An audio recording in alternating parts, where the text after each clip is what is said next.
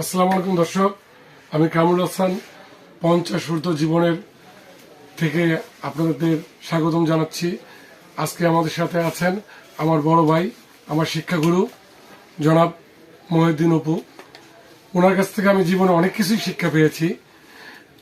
এখন ওনার কাছে আমি জানতে চাই, ওনার এই 50 ঊর্ধ্ব জীবনে গিয়ে ওনার জীবন সম্পর্কে ওনার উপলব্ধি রাখি, সুখ দুঃখ সবকিছু নিয়ে। জনাব মহিউদ্দিন অপু। জীবন আসলে খুবই সুন্দর এবং খুবই মজার। এটা 40 হোক আর 50 হোক, কিন্তু বেশি বয়স হলে পরে সমস্যায় ওষুধ খেতে হয়। এটা হচ্ছে হয়তো বাঙালি বলে আমাদের ফুড হ্যাবিট থেকে না আমরা রোগাক্রান্ত হই, কিন্তু 50 আর 60 এটা কোনো বিষয় না। জীবন সুন্দর, জীবনটার উপভোগ করার হলো মূল। কি আছে এটা মনে না করা, যা আছে তাই নিয়ে এই জীবনটাকে হইচই করা, উচ্চাসা না করা, জীবনে সবার সাথে